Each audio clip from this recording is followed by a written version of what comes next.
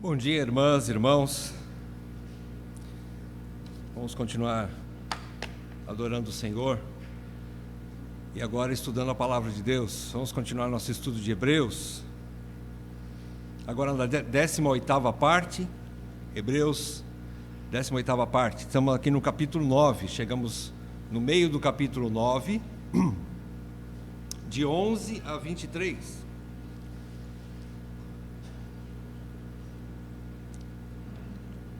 Hebreus 9, de 11 a 23. A Bíblia diz assim: Quando porém veio Cristo como sumo sacerdote dos bens já realizados mediante o maior e mais perfeito tabernáculo, não feito por mãos, quer dizer, não dessa criação, não por meio de sangue de bodes e de bezerros, mas pelo seu próprio sangue, entrou no Santo dos Santos, uma vez por todas, tendo obtido eterna redenção. Portanto, se o sangue de bodes e de touros e a cinza de uma novilha, aspergidos sobre os contaminados, os santificam quanto à purificação da carne, muito mais o sangue de Cristo, que pelo Espírito eterno a si mesmo se ofereceu sem mácula a Deus, purificará a nossa consciência de obras mortas para servirmos ao Deus vivo. Por isso mesmo, ele é o mediador da nova aliança, a fim de que, intervindo a morte para a remissão das transgressões que havia sob a primeira aliança, recebam a promessa da eterna herança aqueles que têm sido chamados.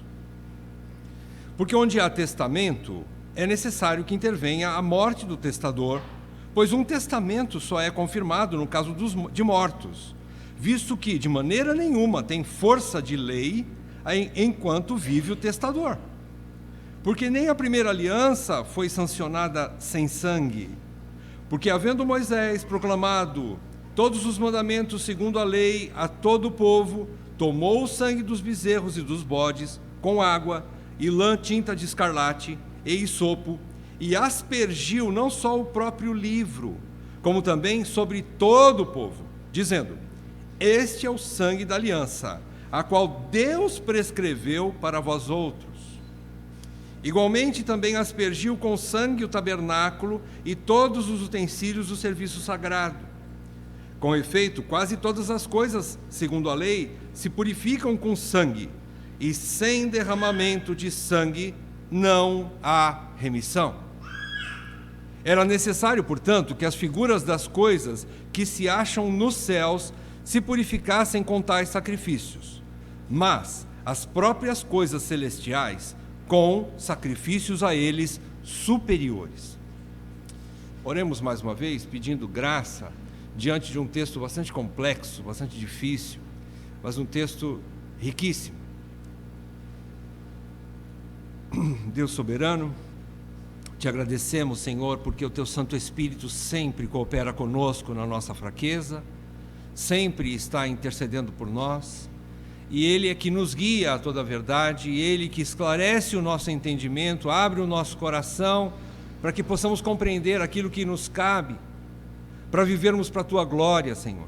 E é isso que pedimos nessa manhã, que o nosso Supremo Mestre, o Espírito Santo, sim, Ele fale aos nossos corações. Usa a tua palavra, ó Deus Espírito Santo. Ministra-nos, Senhor. Fortaleça-nos na fé. Leva-nos ao arrependimento de obras mortas. E que possamos servir ao Deus vivo com liberdade. Assim nós te pedimos, Senhor, para a glória do teu nome e para o bem dos nossos irmãos. Nós pedimos tudo isso em nome de Jesus. Amém, Pai. Amém. Meus amados, nós estamos aqui entrando num terreno santíssimo. Nós estamos entrando num lugar santíssimo. Nós vimos sobre a primeira parte do capítulo 9, que nós já estudamos de 1 a 10, nós vimos a primeira parte sobre o tema o tabernáculo, o terreno e o celestial. A comparação que o autor faz sobre os dois tabernáculos, o terreno e o celestial. E agora nós vamos continuar nesse assunto, então é a parte 2, o tabernáculo, terreno e celestial, parte 2. Então, na primeira parte, de 1 a 10, no capítulo 9, nós vimos os elementos do tabernáculo e a sua simbologia, vimos os serviços prestados dentro do tabernáculo e a sua simbologia também. Por último, nós vimos a ineficácia do velho tabernáculo e tudo, conforme o nosso auxiliar, o nosso mestre Stuart Olyott comentou, e nós usamos o comentário dele, não é?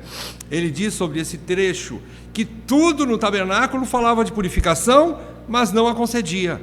Falava da necessidade de um caminho de acesso, mas não proporcionava esse acesso.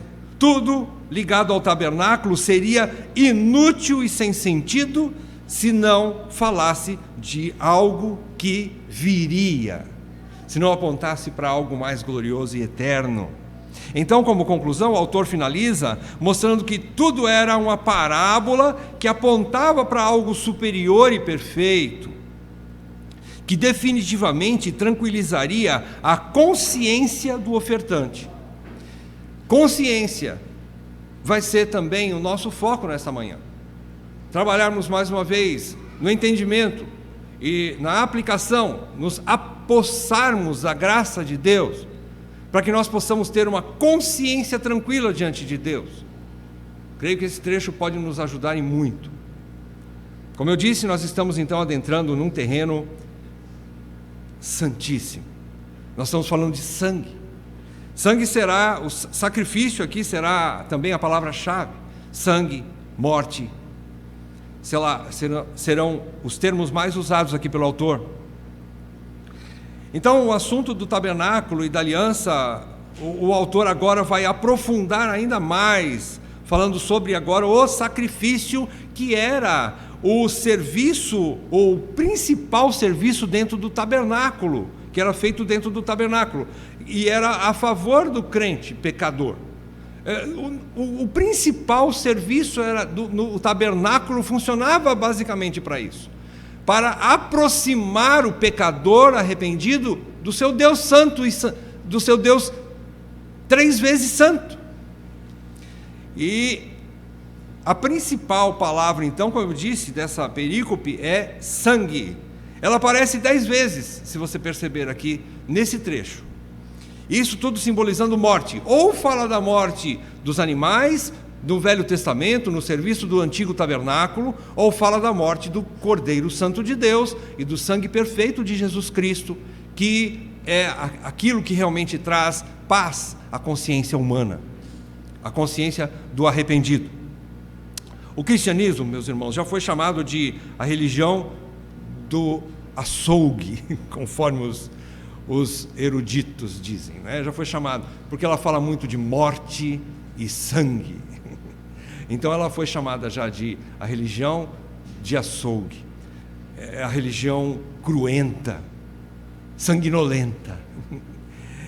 Então, esse trecho aqui a gente entende que cristianismo é uma religião que tem o seu princípio baseado na morte. É o sangue derramado, que significa morte para aplacar a ira do Deus Santo, para que ele se torne propício aos seus adoradores indignos. Porque nós todos sabemos, estudando Romanos também, não é? E já vimos isso há um tempo atrás, que o salário do pecado é a morte. Ou é a morte de um, ou a morte de outro. Ou a morte do pecador, ou a morte do seu substituto, que o substitui. Então aqui a palavra morte, sangue vai aparecer, e essa é a nossa religião. O judaísmo, a religião judaica estabelecida por Deus, iniciava sempre com o derramamento de sangue, que nós somos continuadores da religião judaica agora já na realidade. Eles estavam na sombra, e nós agora adentramos a realidade daquilo que o Velho Testamento e tudo que era feito no Velho Testamento apontava no futuro, que é Cristo. Uma vez ele chegando, aquilo tudo passou, mas tudo iniciou também com o derramamento de sangue nos adoradores, eram aspergidos sobre os adoradores, os sacerdotes, no altar, nos utensílios, em tudo que fazia parte do tabernáculo, tudo era aspergido por sangue. Ele diz que quase todas as coisas se purificavam com sangue, algumas eram lavadas com água, mas a grande maioria era com sangue. era com sangue derramado, mostrando então que tudo que o homem quer fazer ou venha fazer não pode agradar ao Deus Santo, se não for purificado por sangue. Por que isso? Porque o homem pecou. Uma vez que ele caiu, ele já não tem mais comunhão com Deus. E agora isso só vai ser resolvido segundo as regras de Deus. E ele disse que se o homem pecasse, certamente morreria. E ele morreu. E agora, para que ele possa ter acesso de novo a Deus, é preciso que outra morte substitua o adorador. Então assim começa a religião judaica. E mais do que isso, precisa ser sangue puro, sem contaminação pelo pecado. Não pode ser um sangue de qualquer pessoa. Precisaria ser um sangue puríssimo. Até mesmo a simbologia dos animais mortos no tabernáculo passado eram também essa simbologia, porque nenhum animal poderia ser sacrificado se ele fosse impuro, se ele fosse imperfeito, se tivesse algum problema físico, algum defeito, mancha, doença. Ele não serviria. Ele precisaria ser perfeito. Tudo isso apontando para algo infinitamente maior no futuro. Vamos tentar entender então, compreender esse texto. Vamos analisar com bastante cuidado. E eu tenho consciência de que nós não vamos conseguir extrair tudo, mas nós vamos extrair, quem sabe, o principal nessa manhã. Versículos 11 e 12 aqui do texto de Hebreus 9, o autor diz que Cristo veio. E ele veio já como sumo sacerdote, ele já explicou isso desde o capítulo 5, ele é um sumo sacerdote de uma nova ordem, segundo a ordem de Melquisedeque, já não mais levitas, mas ele é um novo sumo sacerdote perfeito. Então esse sumo sacerdote veio, que ele também é o sumo sacerdote dos bens já realizados, mediante o maior e mais perfeito tabernáculo. Ele já disse que esse tabernáculo, onde Cristo foi imolado e adentrou no Santo dos Santos, é maior do que o lugar santo do tabernáculo passado, do tabernáculo terreno. Ele diz então que esse tabernáculo que Cristo entrou não foi feito por mãos humanas, quer dizer, não desta criação, não era aquele tabernáculo da velha dispensação, é um novo tabernáculo chamado tabernáculo celestial. É esse que Cristo adentrou como sumo sacerdote. Mas no versículo 12 ele diz mais do que isso. Ele não só adentrou como o sumo sacerdote, mas ele adentrou o Santo dos Santos como o próprio sacrifício.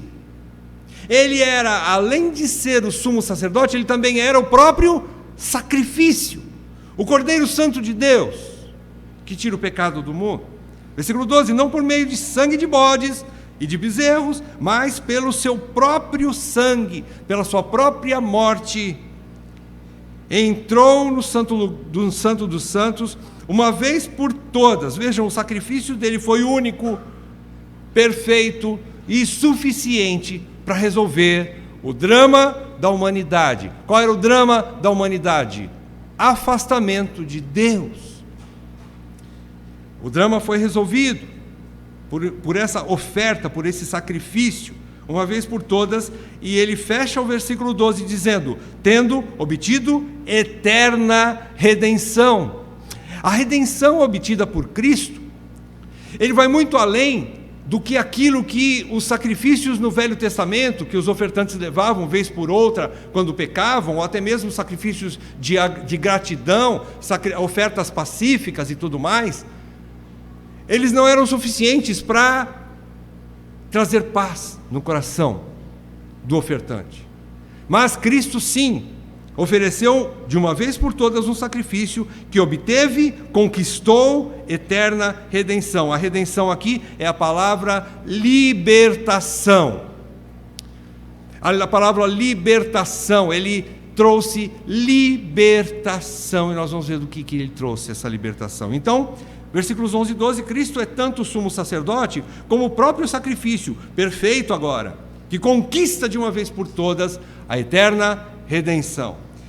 Versículos 13 e 14, Vemos aqui que Jesus Cristo, ele sendo o sacrifício que consegue purificar a consciência do crente, mas ele conquista ou ele tranquiliza a consciência do crente com um objetivo. Vejam o que ele diz no versículo 13: portanto, se o sangue de bodes e de touros e a cinza de uma novilha aspergidos sobre os contaminados os santificavam quanto à purificação da carne, ele faz a comparação, usando primeiramente o antigo tabernáculo, o menor, falando que, apesar de imperfeito, aquilo também não trazia purificação da mente, da consciência, algo de dentro do crente, mas era só por fora, era só uma casca, aquilo não trazia uma real consciência pura diante de Deus, para os ofertantes. Só purificava a carne no sentido de ser algo passageiro, algo que não era constante. Por quê? Porque amanhã o ofertante poderia de novo cometer um pecado ou estar com a consciência manchada por alguma coisa que ele fez contra a lei de Deus e, consequentemente, ele não se sentiria mais purificado, ele teria que novamente fazer um novo sacrifício, e assim, toda vez ele tinha que fazer isso.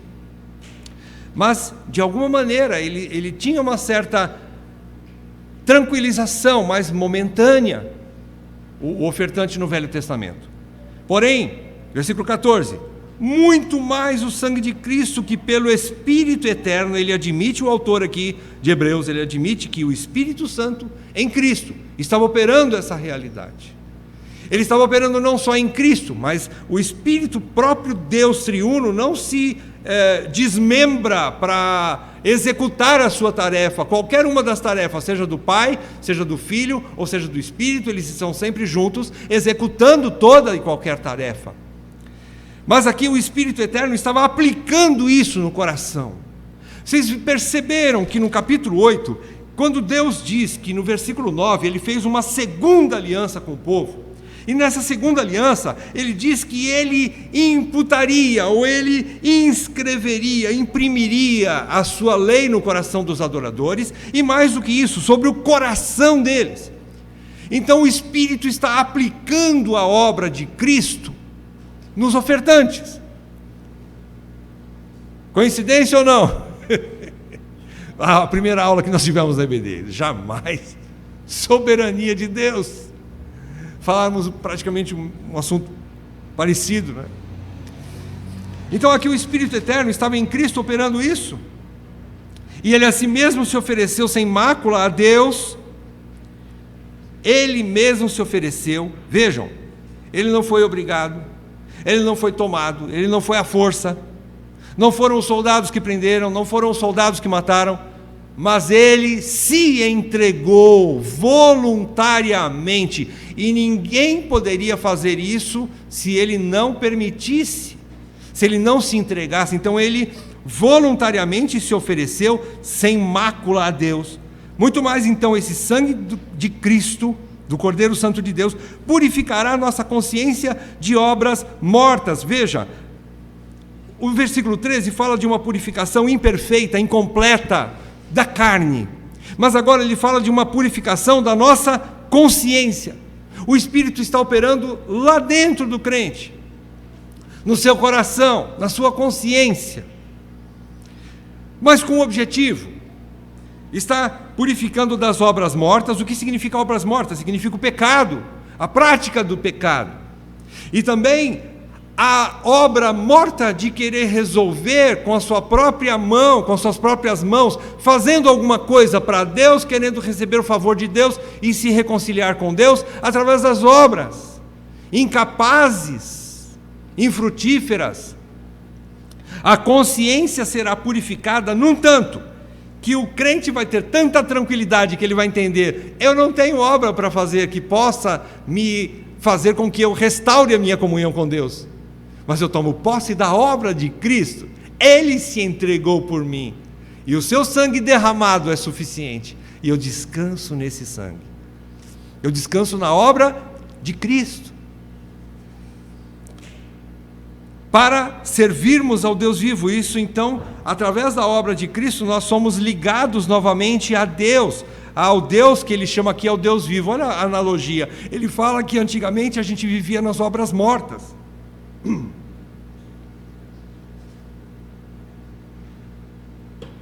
Mas ele nos libertou, Cristo obteve para nós eterna redenção, libertação das obras mortas, purificação, libertação dessas obras mortas, para servirmos ao Deus vivo. Então, nós somos livres de uma coisa, do império das trevas, do pecado, da morte, da condenação eterna, para servirmos ao Deus vivo. Ninguém fica no vácuo. Uma vez salvo, ele se apega a Deus e ele serve a Deus.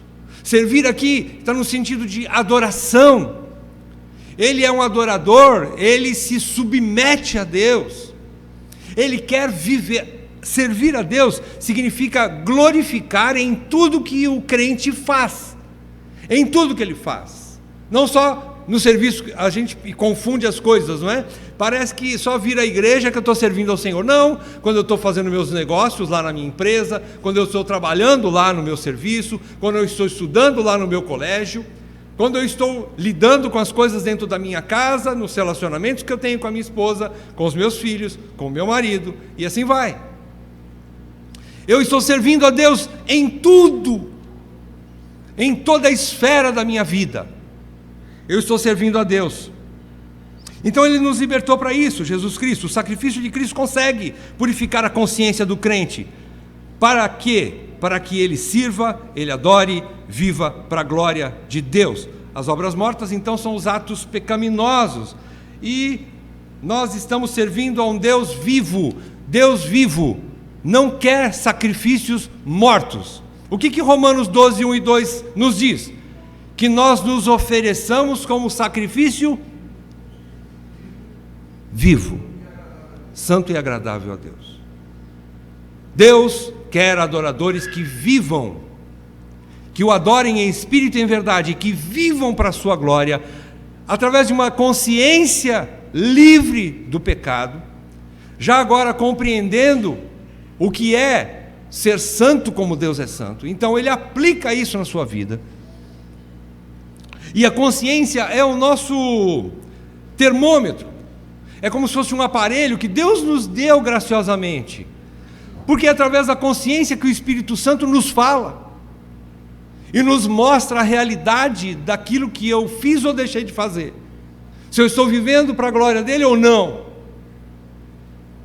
A consciência é nossa aliada. É como se fosse a febre, não é? As mamães dizem que a febre, em algum sentido, ela é uma aliada, porque quando você coloca a mão na testinha do seu bebê e percebe que está quente, ele está com febre, alguma coisa está errada, a mamãe vai sondar, vai atrás para ver o que acontece, talvez uma infecção, mas vai atrás. Ele acusa, ele aponta, a febre aponta alguma coisa errada. Assim a consciência humana, ela mostra. Então ele diz aqui nesses 4 primeiros versículos que Cristo é o sumo sacerdote e também o sacrifício perfeito que conquistou uma vez por todas essa redenção e que também nos dá a libertação de uma consciência pesada, de uma consciência culpada. Ele nos liberta da culpa, do pecado. E isso é magnífico, irmãos. É como se nós criássemos asas agora para poder servir a Deus com toda a liberdade. Já não preciso mais olhar para o meu passado e nem ouvir as acusações que me fazem por causa de um passado negro, mas uma vez por todas lavado pelo sangue de Jesus Cristo, eu posso servir ao Deus vivo. E as pessoas que não aceitam isso vão carregar o problema com elas, porque já não é mais meu. Já não é mais meu problema. E então ele continua, a partir do versículo 15, ele vai tratar de um outro assunto, fazendo uma analogia complexa aqui. Ele vai falar sobre a garantia da vida eterna. Ele vai fazer uma analogia com o testamento. Alguém que deixa o testamento para os seus herdeiros. E ele fala assim, em primeiro lugar, versículo 15, ele vai mostrar, por isso mesmo ele é o mediador, Cristo aqui é o mediador da nova aliança, a fim de que, intervindo a morte para a remissão das transgressões que havia sob a primeira aliança, recebam a promessa da eterna herança aqueles que têm sido chamados. Primeira coisa, ele fala que Cristo é o mediador. Mediador aqui, ele vai chamar lá embaixo, a partir do versículo 16, de testador. É aquele que fez o testamento. Mas aqui, versículo 15, ele diz que é o mediador dessa aliança. E a morte, o segundo personagem que aparece no versículo 15, é a morte. A morte, como se o autor tivesse personificado a morte vem cobrar o seu preço. Vem cobrar o preço pelo pecado. Ela vem cobrar. Só que a morte bate na minha porta, vem me cobrar pelo meu pecado, mas não sou eu que vou até a minha porta abrir, mas Jesus Cristo chega na porta, abre a porta e mostra para a morte: esse aqui já pagou. Morte, vai cobrar outro, porque esse aqui já está, a dívida dele já está quitada. Ele já não deve mais nada para você, morte. Cobradora terrível. Mas para esse daqui já não tem mais dívida. Pode procurar outro, que esse aqui está livre. E ele diz então que a morte então interviu, é a morte em cima da morte. Nós poderíamos dizer que foi a morte deste mediador que matou a morte que me mataria. É a morte da morte na morte de Cristo. A morte morreu. Ela veio cobrar, mas a própria morte matou a morte. A morte do Deus encarnado, que uma vez encarnado ele poderia morrer, e morreu, como diz o versículo 14. Ele se entregou, se ofereceu sem mácula, e esse sangue que ele derramou cobriu o meu pecado, resolveu a minha dívida e matou a morte. Mas não são para todos. Mas ele termina dizendo que essa herança eterna é para aqueles que têm sido chamados. Veja bem, o sangue de Jesus tem poder para purificar os pecados de toda a raça humana. Tem esse poder. Mas ele não foi aplicado para toda a raça humana, mas somente para os eleitos, somente para aqueles que Deus chama para serem seus herdeiros. Nós não cremos, e a Bíblia não fala de uma expiação universal, não, ela fala de uma expiação limitada, para aqueles que Deus escolheu, e aqui ele diz, para aqueles que são chamados. Versículos 16 e 17, ele vai falar sobre o testamento agora, como se tivesse um testamento redigido por Deus, e ele diz assim: esse testamento, nesse testamento é necessário que, para que os herdeiros desse testamento recebam os benefícios do que está relatado no testamento, do que foi testado, da herança, eles só poderão receber se o testador, aquele que fez o testamento, morrer. Enquanto o testador está vivo, ele diz no versículo 17, um testamento só é confirmado no caso de mortos, visto que de maneira nenhuma tem força de lei enquanto vive o testador. Agora ele está fazendo uma analogia desse testamento. Ele diz assim: Deus, através de Cristo, Cristo é o testador, representante de Deus, ele é o testador.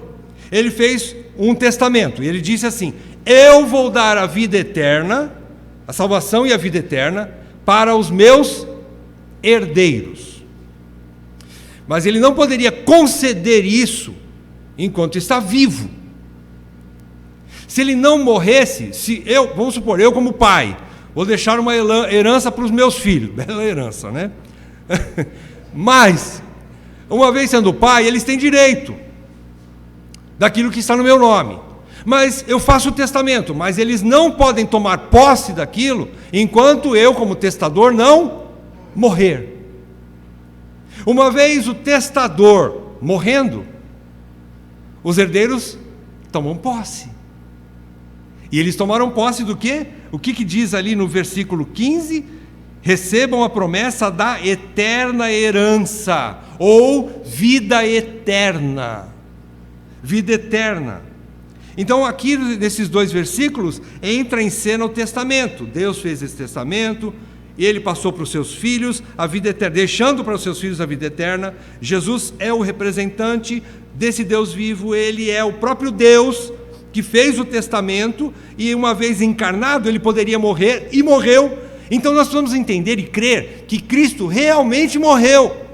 Se o nosso cristianismo tem dúvida sobre a encarnação de Cristo, a vida real de Cristo como homem, e a sua morte verdadeira, quando o sangue foi vertido na cruz, não foi uma farsa, não foi um teatro, não foi algo que imitasse um sangue derramado, tipo um vinho, alguma tinta vermelha. Não, foi sangue. Quando derramou ali na cruz do Calvário, aquele sangue no chão, algumas horas depois coagulou. Era sangue de verdade. E houve uma morte de verdade. E então, a partir daquela morte, nós podemos dizer: graças a Deus pela morte de Cristo. Foi a morte que nos trouxe vida. É vida que nasce da morte. E isso só podia acontecer, nós sermos herdeiros de Deus, com a morte do testador. Foi o que aconteceu. Então é isso que ele está querendo explicar aqui, apesar de difícil de entender. Mas essa morte dá direito aos herdeiros de se apossarem da herança deixada pelo testador, né? Que é essa vida eterna. Ele está concluindo a partir do versículo 18, ele vai mostrar que sangue e morte já existem desde a época passada. E ele diz, a partir do versículo 18 agora, até o 22, ele diz que o sangue derramado sempre foi uma prescrição. O que significa prescrição? Significa uma ordem, significa uma exigência de Deus. Ele diz no versículo 18: pelo que nem a primeira aliança foi sancionada sem sangue.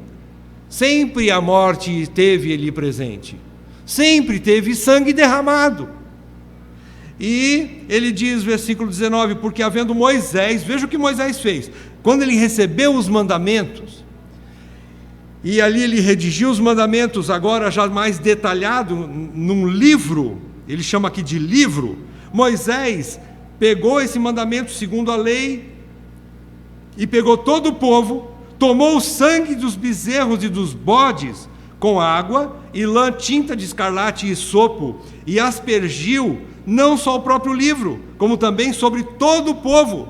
Ele aspergiu, aspergir quer dizer espirrar, gotas, né? Como se fosse e sopo era uma planta, que era feito uma buchinha, onde ele espirrava o sangue sobre os ofertantes, sobre os crentes da velha aliança, né? E então sempre houve essa intermediação. Em versículo 20, não foi Moisés que inventou isso, vejam, ele diz que este é o sangue da aliança, a qual Deus prescreveu para vós outros. O termo prescrever aqui é exigir. Ele prescreveu, ele receitou. Vamos falar em termos médicos aqui, não é? Qual era o remédio? O remédio único que tinha para o pecado era o sangue. Deus prescreveu, Deus receitou só o sangue puro de um animal no Velho Testamento, que apontava para o sangue puro de Cristo no Novo Testamento, eterno, perfeito. Só Ele pode curar a sua doença do pecado, resolver o seu drama contra Deus. Só Ele pode resolver. E ele diz no versículo 21, igualmente também aspergiu com o sangue o tabernáculo e todos os utensílios do serviço sagrado. 22, com efeito, quase todas as coisas segundo a lei se purificam com sangue. Como eu disse, algumas coisas eram purificadas com água limpa, água pura, mas a maioria era com sangue. É interessante purificar com sangue, né?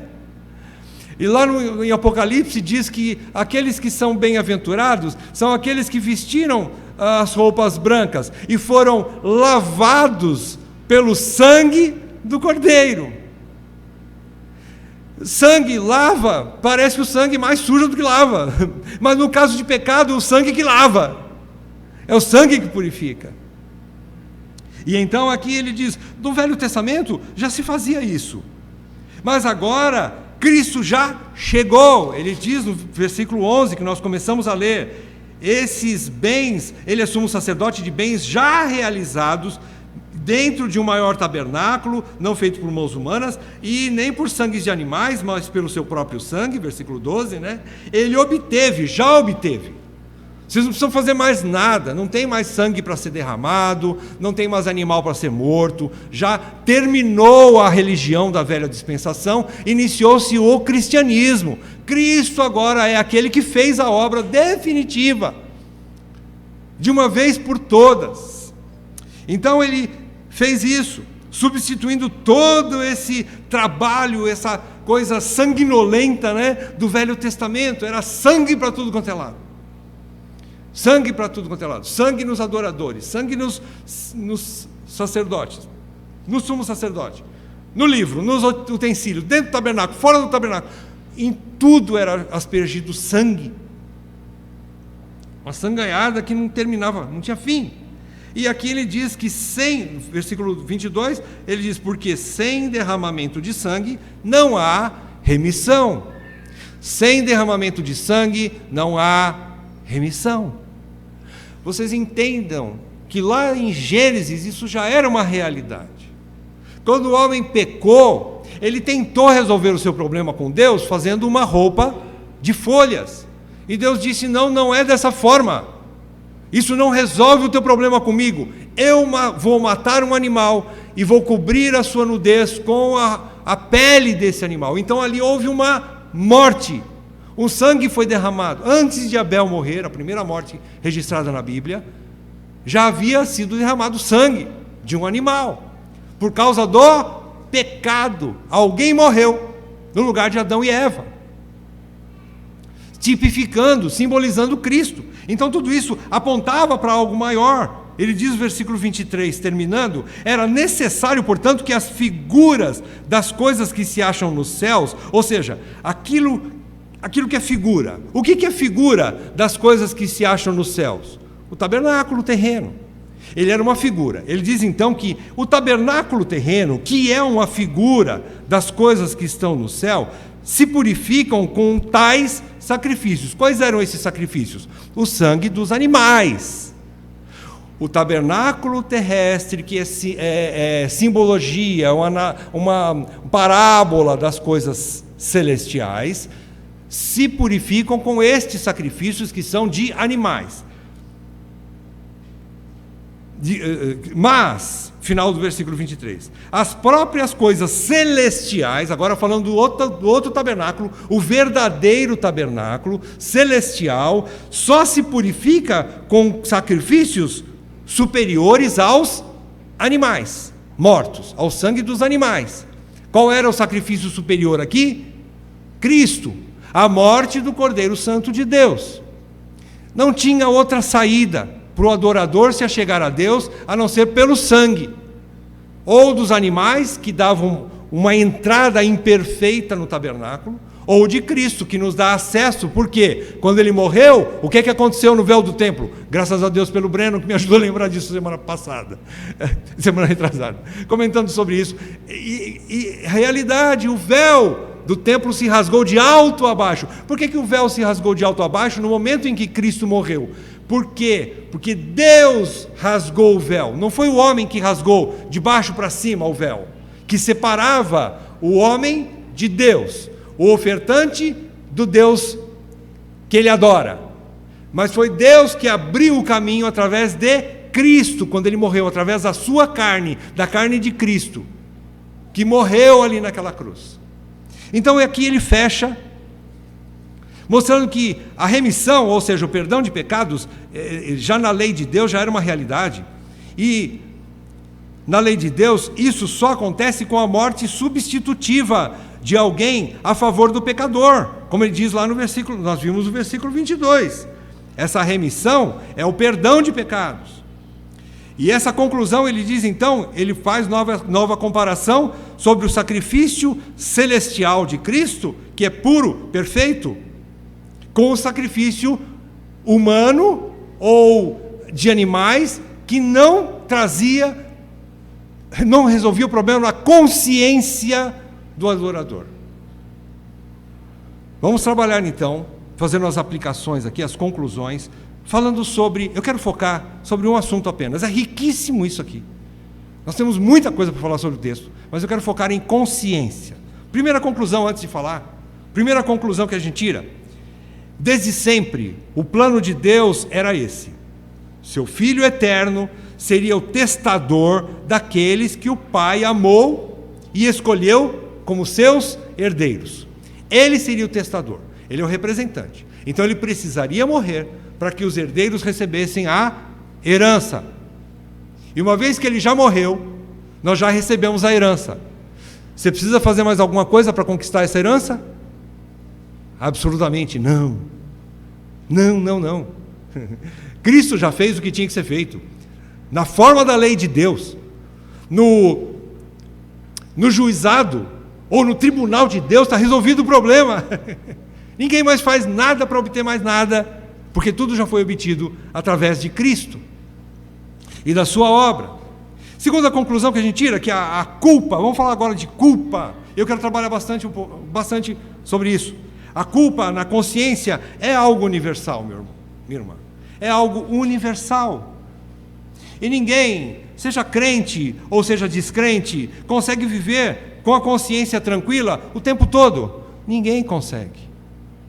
Irmãos, todos nós temos uma consciência, independentemente da nossa fé.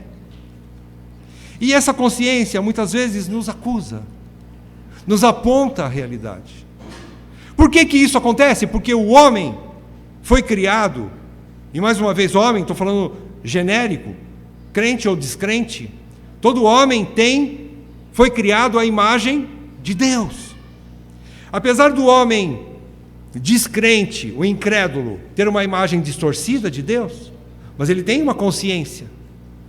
E essa consciência, ele tem noção do que é moral. E quando ele peca, ele sabe. Ou quando ele faz coisa errada, ele sabe que ele está fazendo coisa errada. Ele tem consciência daquilo. E a consciência fala para ele: isso está errado. Então ninguém vai para o inferno inocente. Ninguém. Mesmo o índio, lá, aquela teoria do índio puro, né? O índio inocente. Todos têm essa consciência. Todos sabem o que é certo e o que é errado. Porque ele tem a imagem de Deus. Por isso, então, o que as religiões tentam fazer? As religiões tentam resolver esse drama da consciência humana fazendo coisas, penitências, sacrifícios, fazendo doações, fazendo coisas para tentar amenizar a culpa que está na consciência. Alguma coisa eu preciso fazer para aliviar essa culpa. E eles nunca conseguem. Lá no fundo, a consciência continua mostrando: não resolveu o problema, não curou a doença, o drama continua. Só purificam a carne externamente. Tudo isso é um engano, tudo isso é uma irrealidade. Então, ou o homem busca tentar resolver por si mesmo aquilo que ele deveria resolver diante de Deus, ou ele vai buscar o remédio correto. Todos nós, crentes ou não, temos uma consciência enganosa. Por outro lado, você tem que entender que ou a gente parte para um extremo ou para o outro extremo. Ou a gente busca um extremo e nos acusamos constantemente de coisas que talvez tenhamos feito. E nós ficamos remoendo a mente, buscando coisas que provavelmente, mas eu não tenho certeza se eu fiz ou não, e por isso eu estou me culpando o tempo todo. Isso é um extremo. É muito ruim ficar assim. Nós não crescemos espiritualmente. Nós somos sempre fragilizados. Quando eu busco por pecados que eu não tenho nem certeza se eu cometi de fato. Por outro lado, no outro extremo, nós nos esquivamos e tentamos nos justificar de pecados ou erros que realmente nós cometemos. A nossa consciência, ela quer nos enganar. A consciência que não tem a direção do Espírito Santo, ela ou ela te acusa de coisa que você não fez, ou ela quer te justificar de coisa que você fez. E você sempre vai estar com a pulga atrás da orelha. Sempre vai estar com a mente duvidosa. Não sei se eu posso continuar fazendo isso, não sei se eu estou bem com Deus, eu não sei como é que está a minha situação diante de Deus. Sempre. Por isso, então, o que nós temos que fazer? Pedir para Deus sondar o nosso coração. Salmo 139, sonda-me, ó Deus. Apesar de 1 Coríntios 11, toda semana a gente ouve isso aqui, toda semana, todo mês, né, quando nós vamos participar da mesa do Senhor, da ceia do Senhor, nós ouvimos, cada um de nós analise a si mesmo, cada um de vocês julgue a si mesmo, analise, veja se há algum pecado, mas isso eu tenho que fazer mediante a luz de Deus, do Espírito de Deus. Porque ou a minha mente vai justificar daquilo que eu tenho que pedir perdão e consertar com Deus e com o outro, ou ela vai me acusar de coisas que eu nem fiz. E eu estou procurando pelo em ovo. E eu fico amarrado porque a minha consciência não está agindo corretamente, está descalibrada, por assim dizer. Porque o Espírito não está me guiando. Quando eu mesmo tento fazer essa introspecção, eu vou morrer, eu vou trazer tanta culpa para cima de mim, ou eu vou me justificar daquilo que realmente é pecado, e não vou resolver o meu problema. Continuando aqui, o que nós precisamos então pedir para Deus sondar nosso coração? Uma vez reconhecido e confessado o pecado, imediatamente recebermos o perdão e a purificação de toda a nossa injustiça, como diz lá em 1 João, o sangue de Jesus é suficiente para nos purificar de toda injustiça. Esse sangue que uma vez foi derramado, pagou a minha dívida, e eu tomei posse de novo, quando eu cometi um pecado. Não precisa. Às vezes eu vou pedir perdão para uma pessoa, porque realmente eu tenho consciência, veja bem a consciência, de que eu fiz uma coisa errada. Não porque eu acho que eu fiz, mas eu tenho consciência que eu fiz. Eu vou consertar com aquela pessoa, e a pessoa fala assim, olha, eu não quero nem saber de você, sai para lá com esse negócio de perdão. Problema da pessoa, você está resolvido diante de Deus. Ela vai carregar o problema de não ter te dado perdão, mas isso não quer dizer que você não foi perdoado. Não depende dela, nem de você, depende do sangue que foi derramado por você. E você resolveu o problema quando você assume, confessa e toma posse do perdão. A verdadeira liberdade cristã também não é esconder pecados, mas é assumir a culpa, confessar o pecado e ser perdoado por Deus. Simples assim. E o que vai acontecer? A paz de Deus volta para nós, que nós vamos ter somente pelo sangue de Jesus Cristo. Eu de novo tenho paz com Deus. Eu não tenho paz com os homens. Não da minha parte, eu tentei resolver, mas o homem quer continuar em guerra comigo, problema dele, mas eu tenho paz com Deus. Irmãos, uma vez eu tendo paz com Deus, o mundo inteiro pode estar em guerra contra mim. Uma vez nós em paz com Deus, o que pode nos acusar? Se o Filho nos libertou, nós verdadeiramente somos livres. Se Ele nos justificou, quem nos condenará? Quem? A paz com Deus, então nós temos somente pelo sangue de Jesus. E graças a Deus, então, Pela morte de Jesus. Eu quero analisar rapidamente, tenho 1 minuto e meio, mas eu gostaria de analisar com todos, rapidamente, Mateus 5, 21 a 24, abram comigo, Mateus 5, de 21 a 24, eu quero tirar uma dúvida falando sobre consciência aqui também, e o texto diz assim: ouvistes que foi dito aos antigos, não matarás, e quem matar estará sujeito a julgamento, ok, aos antigos, né? Eu, porém, Jesus agora, na nova dispensação diz, eu, porém, vos digo, que todo aquele que, sem motivo, se irar contra seu irmão, estará sujeito a julgamento. E quem proferir um insulto a seu irmão, estará sujeito a julgamento do tribunal. E quem lhe chamar tolo, estará sujeito ao inferno de fogo.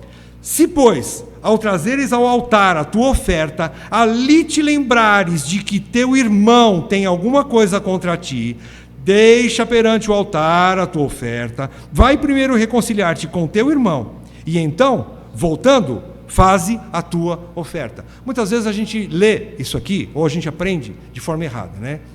Se ali você ficar sabendo que alguém tem alguma coisa... Não. Aqui está falando, se você tiver consciência de que você fez algo contra alguém.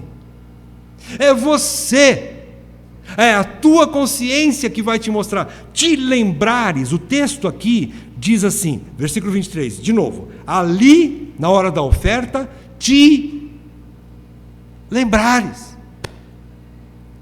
Não é porque fulano usa a tabela de um outro fulano para me atingir com conversinhas, com acusações, mas é a minha consciência. Se eu tiver uma consciência cheia do Espírito Santo, com certeza Ele vai falar para mim, olha, você pisou no calo daquele irmão, daquela irmã, você pecou contra ele, e você agora precisa consertar. E eu duvido que um homem e uma mulher cheia do Espírito Santo não vai buscar o conserto. Eu duvido, porque o Espírito Santo vai incomodar num tanto, que ele vai se sentir como filho pródigo, nojento, e vai voltar para a casa do pai, reconhecendo o seu pecado, e vai dizer assim, perdoa-me, porque eu pequei contra ti, contra os céus e contra ti. Não sou digno de ser chamado teu filho, mas faz-me como um dos teus funcionários. É a consciência aqui que fala. E por que eu quero abrir esse texto?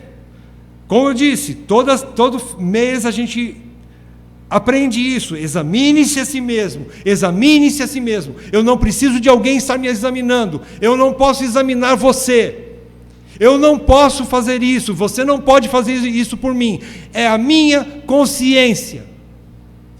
Eu é que vou determinar se eu tomo ou não tomo a ceia do Senhor. Falando da ceia, né? Um exemplo aqui.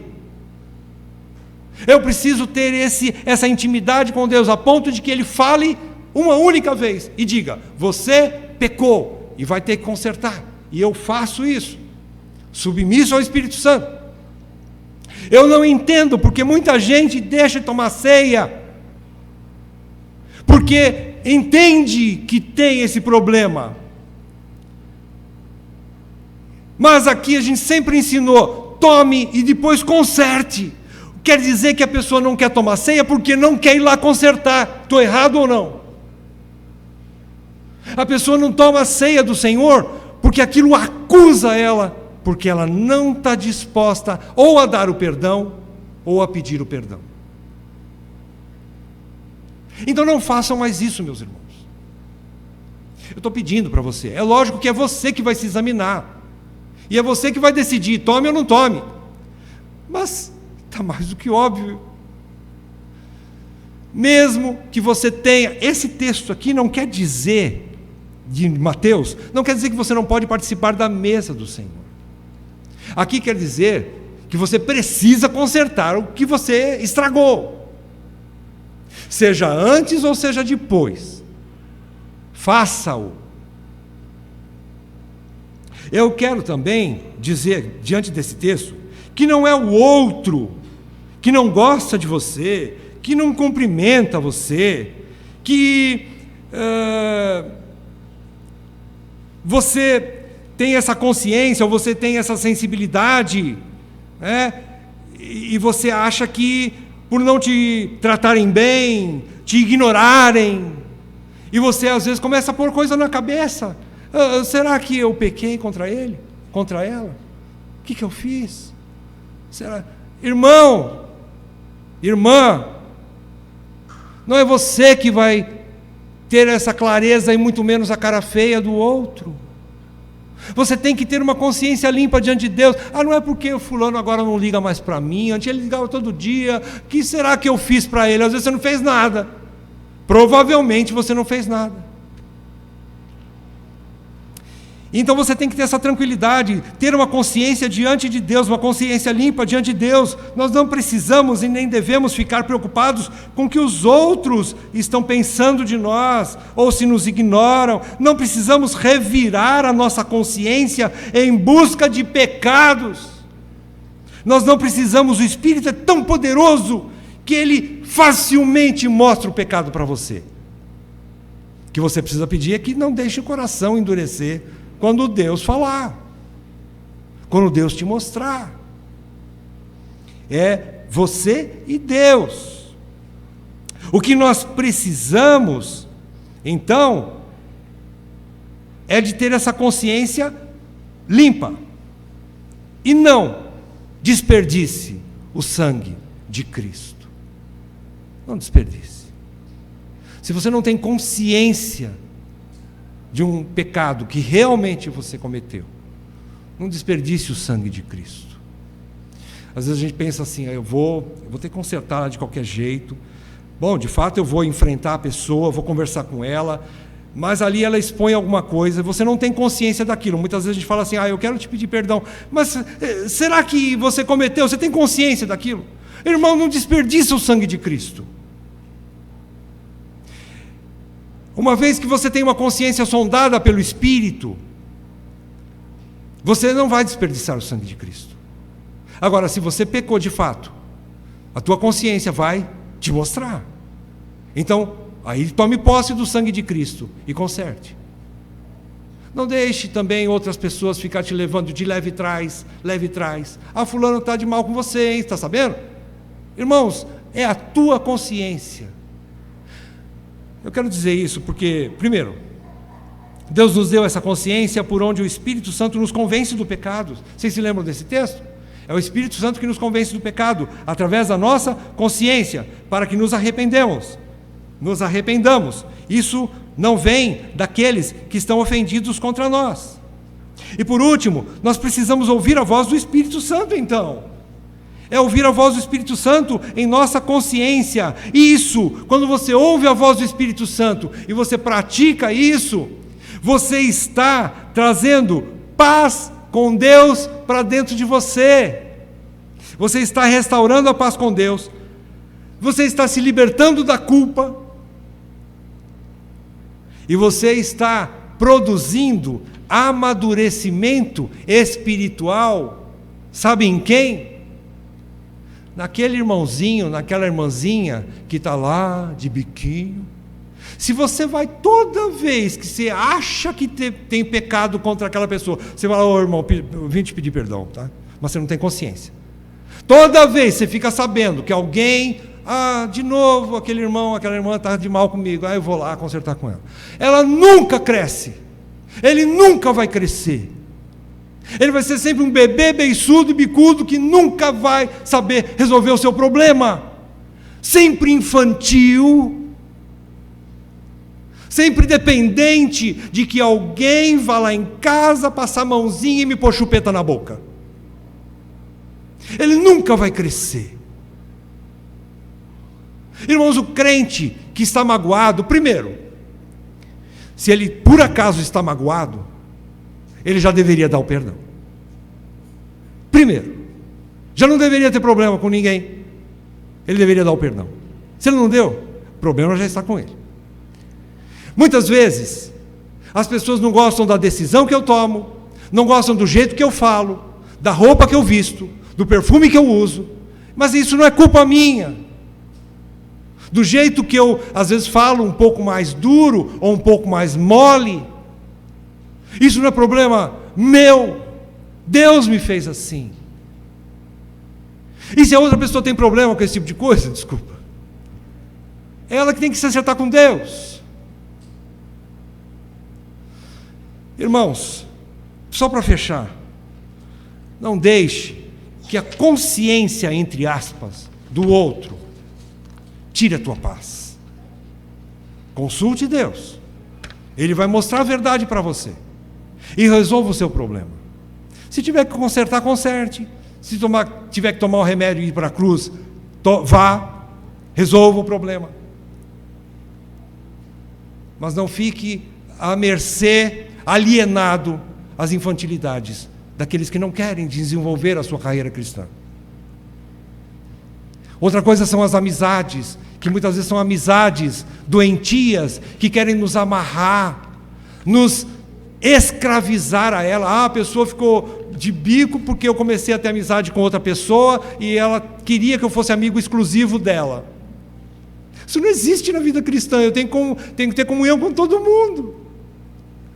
Então não tenha isso na consciência. Eu agora não posso mais ter amizade com X, porque Y foi meu amiguinho primeiro, e agora ele está de beicinho porque eu não sou amigo dele, do outro, porque eu sou amigo do outro.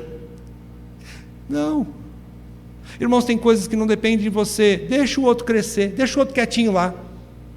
Deus vai tratar com ele. Você sabe que Deus vai tratar com ele? Se ele for filho, Deus vai tratar com ele. Deixa ele crescer. Nós precisamos de crentes maduros, não de bebês espirituais. A igreja é edificada por homens e mulheres maduros, que já sabem lidar com esse tipo de problema, e que já não são mais dodóis como eram no início da carreira. Deus nos ajude a gente crescer, em nome de Jesus. Pai, nós agradecemos, Senhor, pela Tua palavra, agradecemos porque ela nos fere, mas nos salva, e pedimos, Senhor, que o Senhor nos ajude, através do Teu Espírito Santo, a reter o que é bom de tudo que foi falado aqui nessa manhã, para que possamos aplicar em nossas vidas. Ajuda-nos a discernir aquilo que vem de Ti, e também a nos arrependermos dos nossos maus caminhos. Quebra a nossa dureza de coração e produz arrependimento em nós. Te pedimos em nome de Jesus. Amém, Pai. Amém.